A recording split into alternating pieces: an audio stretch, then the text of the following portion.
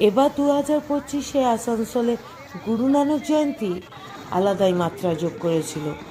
শিখ সম্প্রদায়ের যেমন ভিড় ছিল, যেমন উৎসাহ ছিল, ঠিক তেমনইভাবে সাধারণ মানুষের সংবদ্ধ উৎসাহ।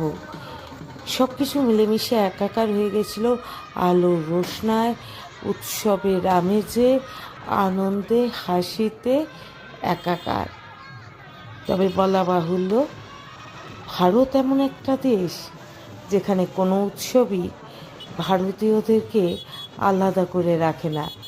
সবাই শেষমেশ এক হয়েই যায়। আজ শিখ সম্প্রদায়ের এই উৎসবে তাই পুনরায় প্রতিষ্ঠিত হলো। আর এদিকে শিখ সম্প্রদায়ের যে বিশেষ অনুষ্ঠান থাকে এই গুরু নানক জয়ন্তীকে ঘিরে, তা তো বলার কথাই রাখে না। নানান ধরনের যে তাদের ধর্মীয় রীতিনীতির সাথে যে খেলা, তা যেমন তারা প্রদর্শিত করছিল, ঠিক তেমনইভাবে তাদের উল্লাস, তাদের আনন্দ, তাদের হাসিমুখ দেখে দারুণ লাগছিল। পরিবেশটা সত্যি সম্পূর্ণ আলাদা হয়ে গেছিল।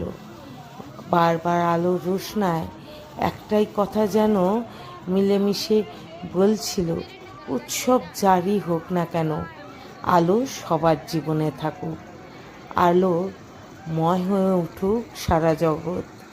হয়তো তাই